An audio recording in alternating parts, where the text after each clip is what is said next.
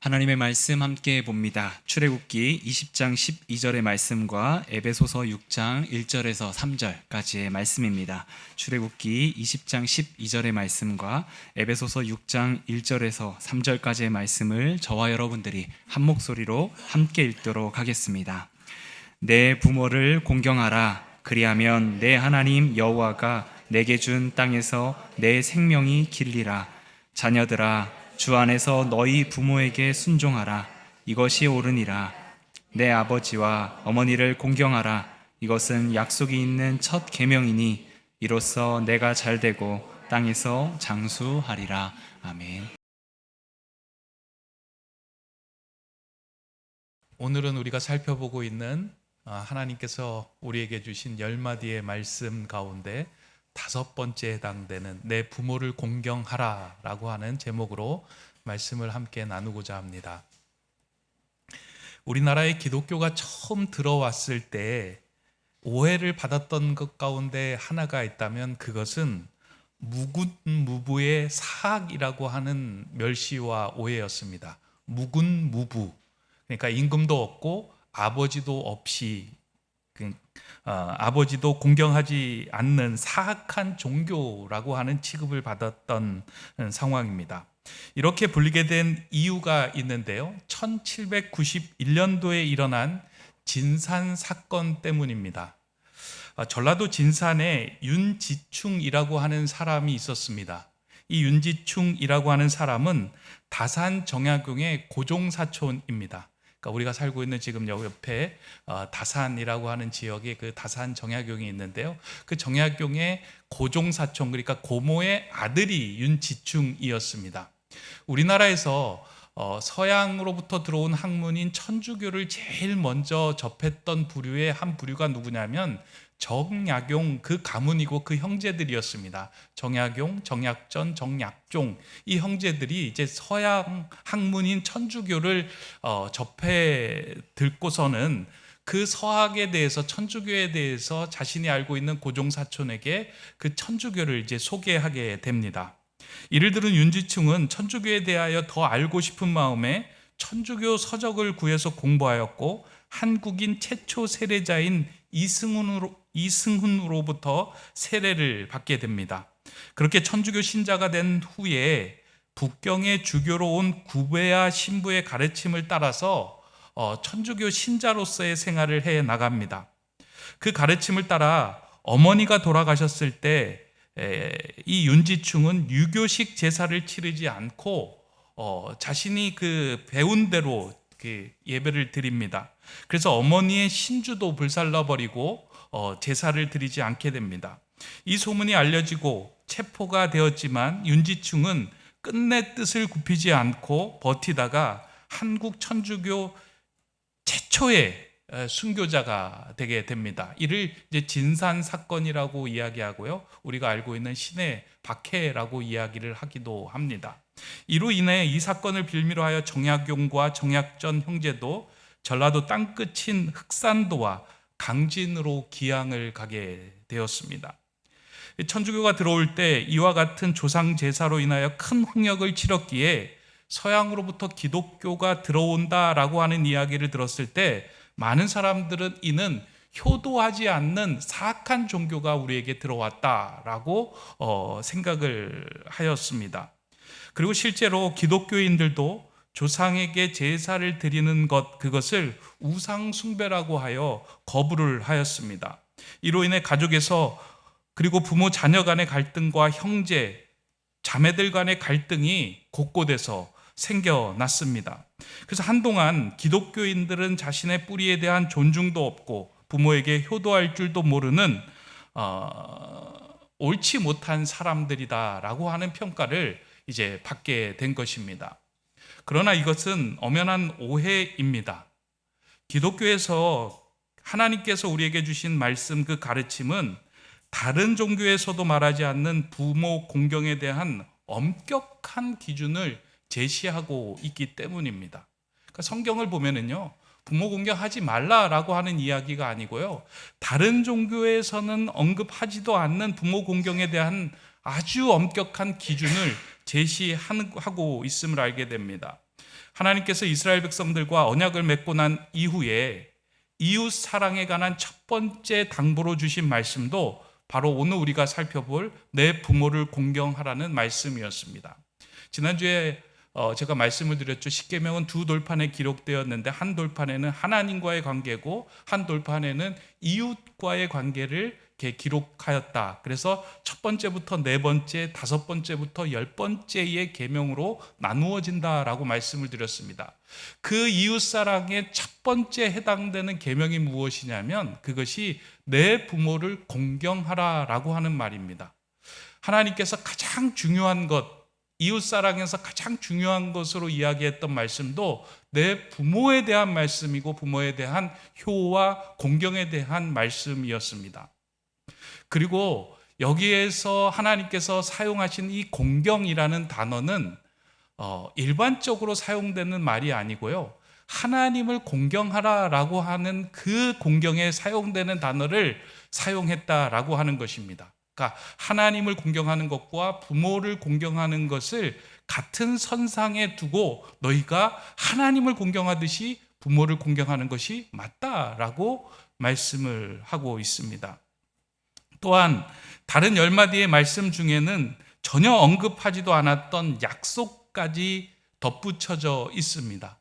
그래서 이 약속의 계명을 지킬 때에 내가 준 이 땅에서 너희들은 생명이 길리라 라고 하는 그 약속이 덧붙여져 있는 유일한 계명이 이 다섯 번째 계명입니다.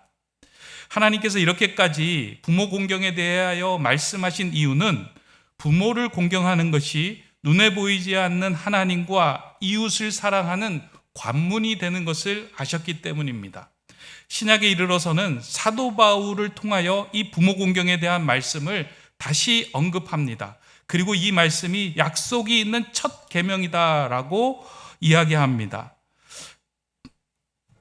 이 약속이 있는 첫 계명을 하나님의 자녀들이 지키며 살아가는 삶이 복을 받는 삶임을 강조하며 말씀하고 있습니다. 제가 오늘 본문에서 읽었던 말씀을 다시 한번 읽어드립니다.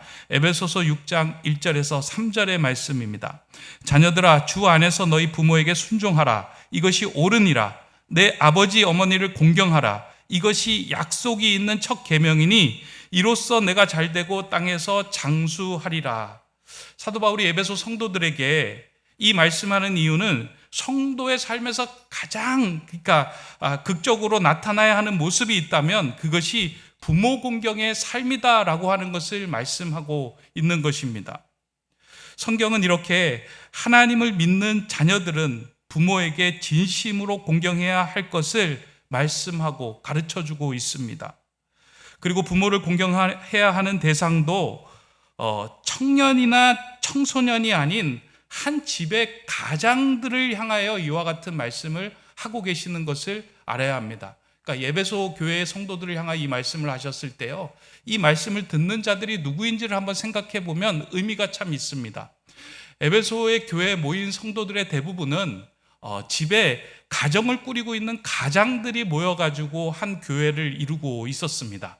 그러다 보니 내 부모를 공경하라라고 하는 이 바울의 말씀을 듣는 대상이 누구였냐면 청년이나 청소년 10대, 20대가 아니고요, 한 가정을 꾸리고 있는 가장에 해당되는 30대, 40대에 해당되는 사람들이 이 말씀을 들어야 했습니다. 여러분 생각해 보세요. 30대가 되고 40대가 되면 부모의 무게가 무거워질까요? 가벼워질까요? 어느 순간에 자녀들의 지식이 부모를 앞지르는 시기가 있는데 그것이 이제 30대가 되고 40대가 되면 부모들이 자녀를 넘어서지를 못합니다. 때때로는 여러분들 가운데 아직도 내 자녀가 나보다 부족해라고 하지만요, 핸드폰 사용하다 보면 이 사용 방법 몰라가지고 자녀들에게 물어볼 때가 있습니다. 새로운 문화나 환경이나 모든 그런 어떤 일들로부터 지적인 것들, 육적인 것들이 떨어지는 시기가 된다는 것입니다. 그러다 보니까 어느 순간에 부모들의 무게가 가벼워지고 자녀들은 부모를 무시하는 세대가 되는데 그때가 언제냐면 자녀가 30대, 40대 한 집에서 가장을 이루고 있는 시기라는 겁니다. 그 사람들을 향하여 너희가 부모를 공경하라. 부모의 무게가 적어지는 그 시기에도 부모를 무겁게 여기고 공경해야 한다라고 말씀을 하고 있다는 것입니다. 근데 이건 신약에만 해당되는 것이 아니라 오늘 우리가 읽고 있는 구약 이스라엘 백성에게 하나님께서 말씀해 주신 이 당부에도 동일하게 해당되는 말씀입니다. 이 십계명의 말씀을 듣는 대상이 누구인가라고 했을 때 이 총신대 교수인 김지찬 교수가 쓴 데카메론이라는 책에서 보면 이 5번째 말씀을 듣고 있는 대상은 30대, 40대였을 것이다 라고 이야기합니다. 그 증거로 이야기하는 것이 어떤 것을 언급하냐면 십계명의 마지막 계명을 말합니다. 기억하고 계시나요? 십계명의 마지막 계명? 내 이웃의 아내를 탐내지 말라라는 말씀입니다. 그러니까 이웃의 아내를 탐낼 수 있는 그 대상이 어떤 그 나이대인가라고 했을 때 그 나이대가 30대, 40대라는 것입니다. 이렇게 자녀의 나이가 30대, 40대에 이르게 되면 그 부모들의 건강은 노쇠해져 가는 것은 너무나도 당연합니다. 하나님은 이러한 시기를 지나고 있는 자녀들에게 부모가 가벼워지는 이 시기에도 부모를 무겁게 여겨야 된다라고 말씀합니다. 앞에서 제가 부모를 공경하라라고 할 때 하나님을 공경하라는 단어와 같은 단어를 쓴다라는 말씀을 드렸는데요. 이 단어를 오늘은 기억을 하면서 말씀을 계속해서 들어나가야 할 것입니다. 그러니까 하나님을 공경하라는 말하고 부모를 공경하라고 하는 말에 동일하게 쓰인 히브리어 단어는 카바드라고 하는 단어를 사용합니다. 공경하라라고 하는 이 말은 구약에서 4번이 등장해요. 명령형으로. 하나님 공경에 대한 말씀이 2번이 나오고 부모 공경에 대한 말씀으로 2번, 딱 4번이 등장을 합니다. 그러니까 하나님을 공경하라라고 할 때도 카바드, 내 부모를 공경하라라고 할 때도 카바드, 이 단어를 쓰면서 하나님은 부모 공경은 하나님을 경외하고 하나님을 공경하는 마음으로 해야 하는 것이다라고 강력하게 여기에 힘을 실어주고 있다라는 것입니다. 이는 부모를 하나님과 같은 선상에 두고서 부모를 무겁게 여기는 것은 부모를 무겁게 여길 수 있는 사람만이 하나님을 무겁게 여길 수 있으며 이웃을 가볍게 여기지 않는 사람이 된다라고 하는 것을 알았기 때문입니다. 하나님의 사람이 되는 삶의 근본적인 토대가 부모 공경으로부터 시작되는 것, 그것임을 알았기에 이렇게 강조하며 말씀하신 것입니다. 눈앞에 보이는 부모를 공경하지 못하는 사람이 실제로 하나님을 공경한다라고 하는 것은 거의 불가능한 일입니다. 그러나 부모를 공경할 줄 아는 사람은 하나님을 무겁게 여길 줄 아는 사람이며 내게 허락해 주신 이웃들도 무겁게 여길 줄 아는 사람이 됩니다. 그래서 그 관문으로 사용된 말씀이 내 부모를 공경하라, 무겁게 여기라 라는 말입니다. 카바드라고 하는 그 단어에 담긴 의미가 무겁게 여기다, 중요하게 여기다 라고 하는 그 의미가 거기 안에 담겨져 있습니다. 그러니까 부모를 공경하는 것은 부모를 가볍게 여기거나 무시하지 않고 무겁게 여기는 것, 그것을 의미한다는 것입니다. 사실 저는 이 10마디의 말씀, 10계명의 말씀을 보면서 왜 부모에 대한 말씀만 이렇게 있나, 자녀를 사랑하라라고 하는 말씀이 같이 나올 법도 한데 부모를 공경하라라고 하는 말씀에 힘을 주며 여기만 강조한 것은 왜 그런 것일까라고 고민을 하다가요, 제가 이제 생각을 해봤어요. 이게 부모를 공경하는 게 더 쉬울까? 자녀를 사랑하는 게 더 쉬울까? 자녀 사랑은 그냥 내리사랑이더라고요. 제가 아버지 병간호할 때 참 마음이 이렇게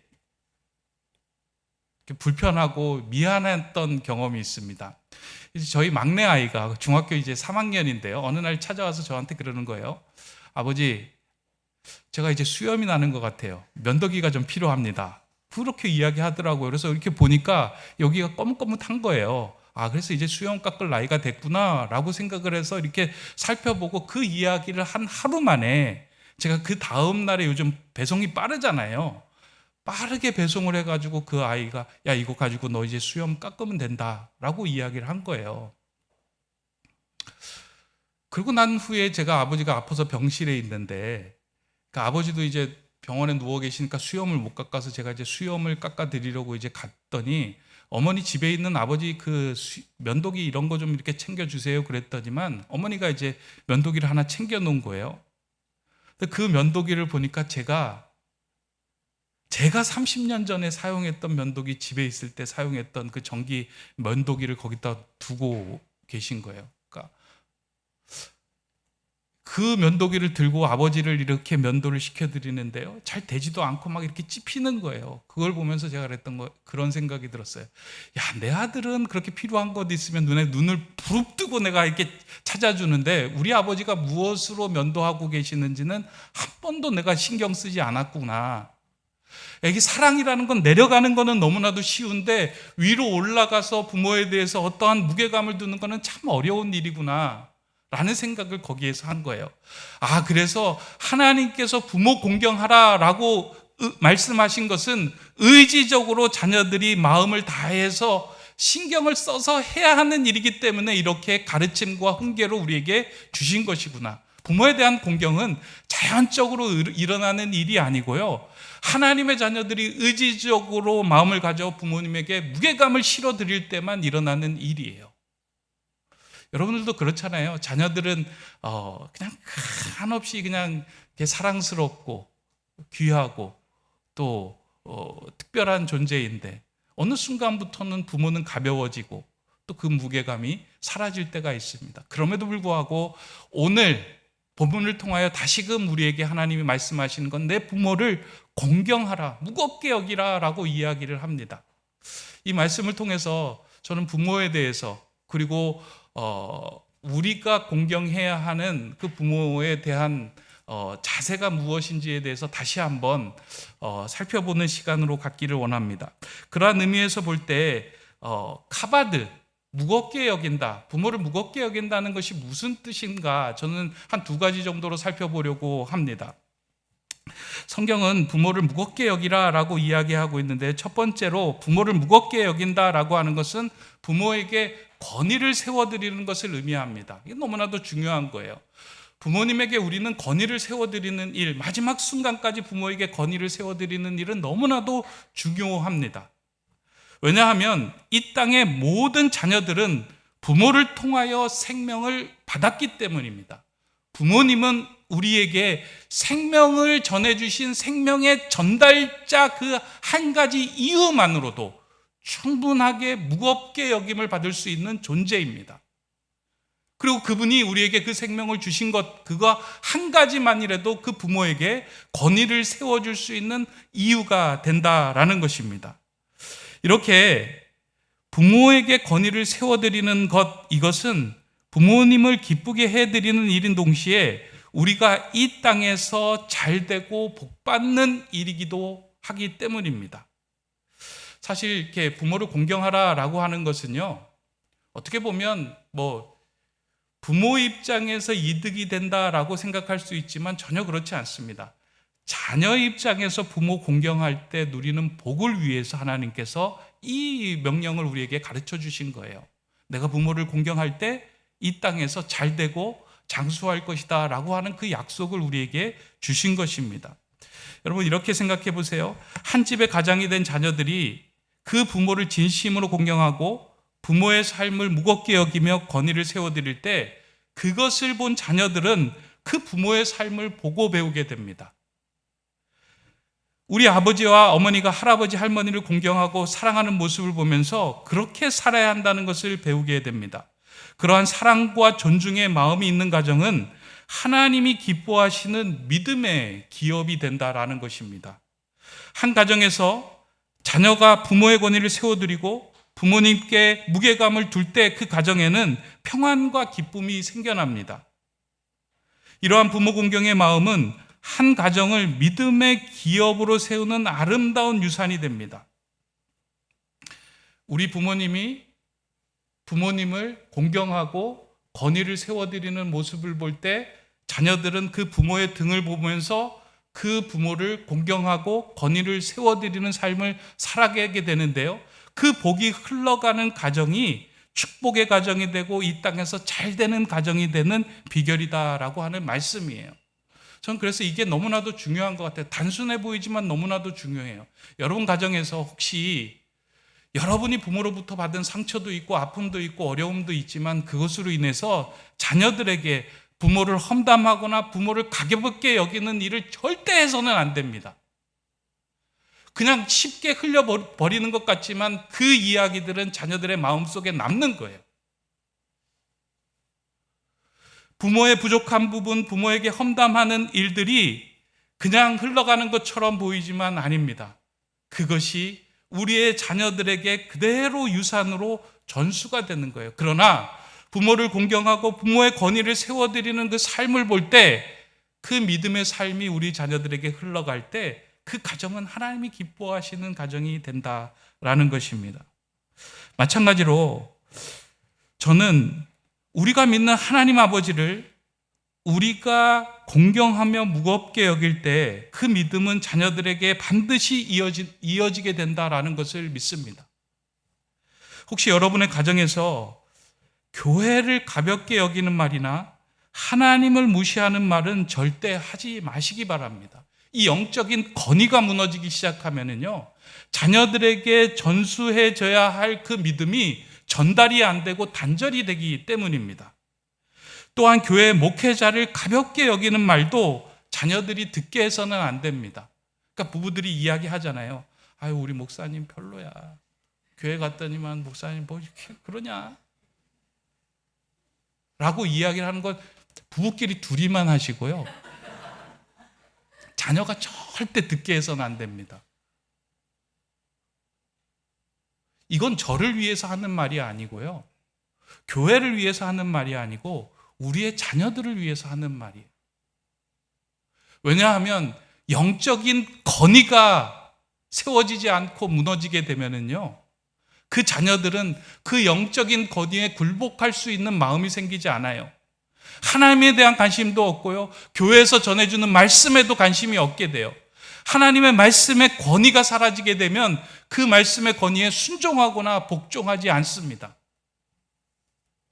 세상에서 아무리 물질적으로 성공하고 유명해져도 그 삶에 하나님이 계시지 않고 하나님을 가볍게 무시할 때 그 삶은 사막처럼 됩니다. 그러나 세상적인 성공과 부와 명예가 없을지라도 부모를 공경하며 말씀이 흘러가는 믿음이 기업이 될 때 그 가정은 생명이 넘치는 복된 가정이 됩니다. 그래서 이것이 약속이 있는 첫째 계명이에요. 가정에서 부모의 영적인 권위를 세워주고, 또한 교회에서 하나님에 대한 영적인 권위를 세워주고, 믿음의 공동체에서 리더에게 영적인 권위를 세워주고, 말씀의 영적인 권위를 세워주기 시작할 때 그 믿음은 흘러가게 돼요. 근데 이게 어디서부터 가장 중요하게 시작이 되느냐? 자녀된 우리가 부모를 공경하고 부모에게 그 권위를 신어드릴 때 그 가정에는 그 믿음의 그 유산들이 흘러나가며 하나님께서 주신 약속의 계명을 누릴 수 있게 된다는 겁니다. 오늘 여러분들이 자녀라면, 여러분들이 부모가 생존해 계신다면 다른 부족한 모습 때문에 부모와 이렇게 관계를 어색하게 하지 마시고요. 여러분들이 이 자리에 앉아서 하나님께 예배하잖아요. 그 예배할 수 있는 이유가 어디서부터 시작되냐면요, 여러분에게 생명을 주신 생명 전달자인 부모가 계시기 때문에 일어난 일이에요. 그 한 가지만이라도 우리는 부모에 대해서 권위를 세워드리고 존중하며 무겁게 여길 수 있는 것입니다. 그런 무거움을 실어드리는 주님의 자녀들이 되기를 간절히 소망합니다. 두 번째입니다. 두 번째로 부모를 무겁게 해드리는 일은 부모가 주 안에서 살아가도록 하는 일입니다. 하나님께서 이스라엘 백성들에게 이 부모 공경의 말씀을 하셨을 때 그 부모들은 하나님을 온전하게 몰랐던 사람들입니다. 한번 생각해 보세요. 이스라엘 백성들이 다 하나님 앞에 나와서, 모세 앞에 나와서 그 십계명의 말씀을 듣고 있을 때 30, 40대 된 그 가장들은 그 말씀을 듣고 그런 거구나 라고 이해했을 거예요. 그러나 그것을 이해하지 못하고 듣는 귀와 그리고 이해할 수 있는 능력이 부족했던 부모님들은 야, 지금 뭐라고 하는 이야기냐? 저기서 지금 뭐라고 하는 이야기냐라고 이해하지 못했을 수도 있습니다. 그러다 보니 그냥 건너 들은 것으로 그냥 그것을 이해하고 그 삶을 살아갈 수도 있습니다. 부모들이 가지고 있는 생각과 가치관이 자녀들의 가치관과 다를 수 있습니다. 특별히 하나님 앞에서 말씀을 듣고 이해하는 자녀들과 그 말씀을 듣고서도 잘 이해되지 않는 부모들의 생각을 맞추는 것은 쉽지 않았을 것입니다. 그럼에도 불구하고 하나님은 자녀들에게 부모를 무시하지 않고 무겁게 여기라는 말씀을 하신 것입니다. 공경하라는 말씀에는 존재의 무게감을 가지라라고 하는 말씀인 동시에 우리가 지어야 할 무게감이 있다라고 하는 의미도 담겨져 있습니다. 자녀가 부모를 육신으로 봉양해야 할 의미도 있지만 부모님이 주 안에서 살아갈 수 있도록 해야 하는 그 무게감을 자녀는 가지라라고 하는 그 의미도 이 말씀에 담겨 있다는 것입니다.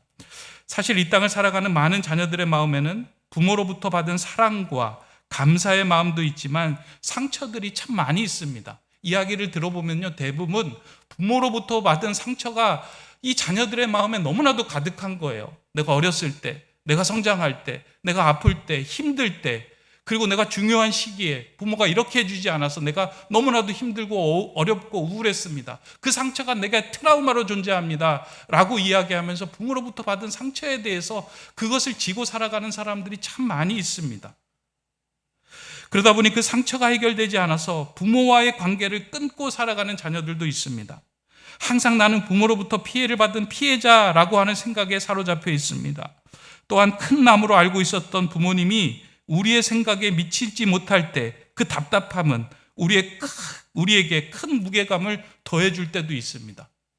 그러니까 어느 순간에요, 부모하고 맞지 않을 때요, 나는 이제 부모 앞에서 더 이상 입을 닫아야 되겠다. 부모님과의 만남을 이제는 끊어야 되겠다라고 하는 생각들이 우리 안에 있다니까요. 이러한 답답한 상황에 있는 자녀들에게 사도 바울은 부모 공경에 대하여 한 가지 단서를 붙여줍니다. 그것은 주 안에서라는 표현입니다. 주 안에서 믿음으로 거듭난 자녀들은 부모들이 주 안에서 살아갈 수 있도록 하는 그 무게감을 가지고 있어야 한다라고 하는 말씀을 주신 것입니다.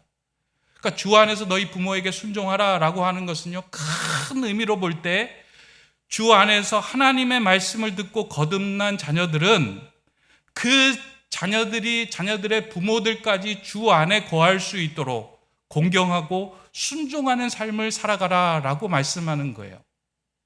어떻게 보면은요, 우리의 부모들이 우리가 가지고 있는 신학적인 지식과 하나님에 대한 안보다 작을 수 있어서 때로는 우리의 마음을 불편하게 할 때도 있습니다. 그러나 우리가 하나님에 대한 마음이 크다면 그 큰 마음으로 부모를 가볍게 여기는 것이 아니고요, 오히려 부모를 감싸서 주 안에서 한 가정이 되도록 이루며 노력해야 되는 것이 자녀의 몫이다라고 하는 것이에요. 저도 이제 목회자이다 보니까 신학을 공부하면서 제가 어려서 가정에서 알고 배웠던 신앙에 복음과는 조금 다른 부분이 있다라고 하는 것들을 이제 많이 발견할 때가 많이 있었습니다. 제가 청소년기에 이런 일이 있었어요. 어머니가 부모님이 어느 날 기도원에 갔다 오면서 생수 한 통을 이제 사가지고 오신 거예요. 그 생수 한 통을 사가지고 냉장고에 넣어두시면서 그렇게 이야기하신 거예요. 야, 이거 기도원에서 사왔는데 이게 영험한 물이다. 너 얼굴에 이제 사춘기니까 얼굴에 여드름이 있을 때 기도하고 이거 얼굴에 바르면 여드름이 없어진다. 그리고 속에 위장이 안 좋을 때 이거 기도하고 마시면 위장이 좋아진다. 라고 하면서 그 물을 이제 한 통을 넣어두신 거예요. 그건 얼마나 제가 또 순수했겠습니까? 그 사춘기에 예뻐지려고 그 기도하고 얼굴에 물을 바르고 그리고 또 물을 마시고 그랬어요. 전혀 복음적이지 않음에도 불구하고 그것들을 한 것을 보면서 우리 부모님 왜 그랬을까라고 하는 그 생각을 한동안 이제 한 적이 있습니다. 아마 여러분들의 부모님들도 여러분의 가정에서도 이런 일들이 많이 있었으리라고 생각이 돼요. 그러나 그거는 저는 그냥 에피소드처럼 지나갑니다.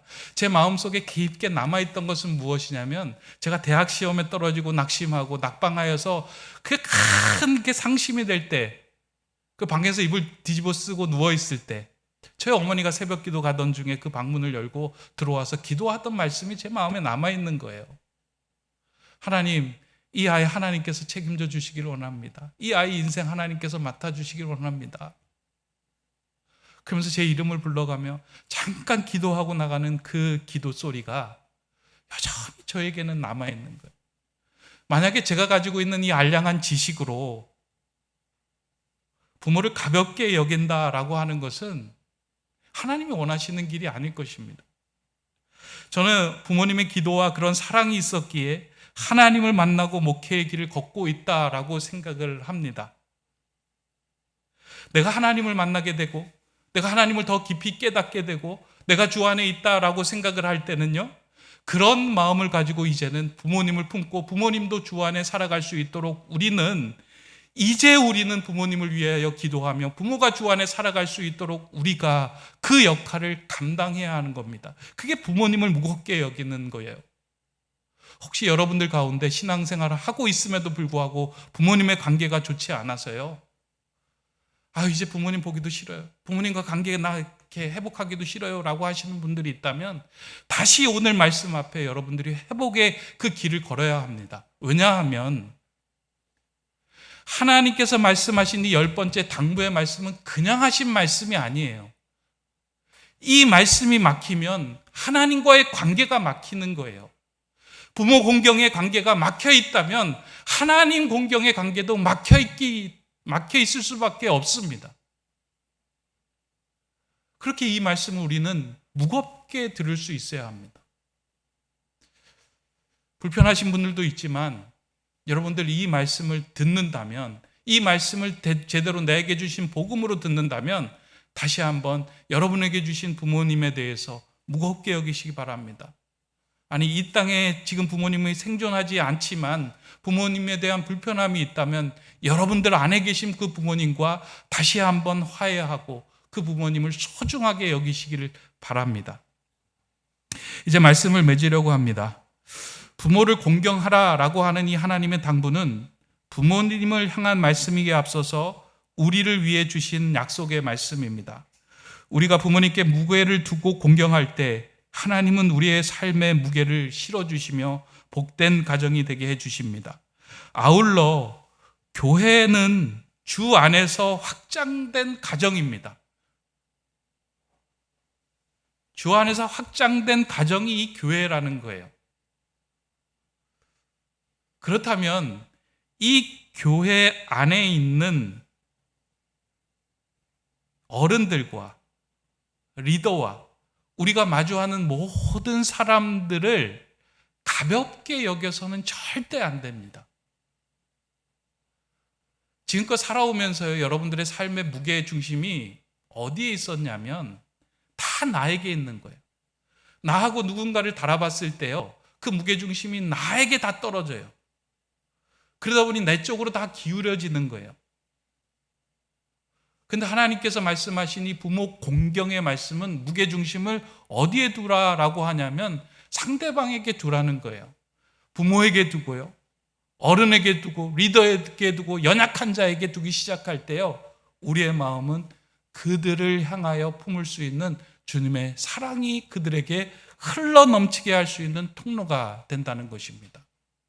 그럴 때 우리는 하나님께서 주신 그 약속의 복을 누릴 수 있는 존재가 됩니다. 오늘 저와 여러분에게 주신 이 5번째 당부의 말씀을 다시금 마음에 새기고 이 부모 공경의 실천을 행하는 저와 여러분 되시기를 간절히 바랍니다. 이 말씀을 아멘으로 받고 오늘 우리의 삶 속에서 반드시 구현해 나가며 주님께서 주신 이 약속의 선물을 받아 누리는 저와 여러분 되시기를 주님의 이름으로 축원합니다. 기도하겠습니다. 사랑의 하나님, 우리에게 약속이 있는 첫 계명을 다시금 상기시켜 주심에 감사드립니다. 부모님을 공경함으로 인하여 하나님이 약속하신 땅에서 잘 되고 살아있는 기쁨을 누리며 사는 근사한 성도 되게 하여 주시옵소서. 부모를 공경의 마음으로 내게 허락한 사람들의 권위를 세워주고 연약한 이웃을 주 안에서 품으며 살아갈 수 있도록 주님께서 원하시는 자녀의 삶을 살아가게 하여 주시옵소서. 우리의 모범이 되시는 우리 주 예수 그리스도의 이름으로 기도드립니다. 아멘.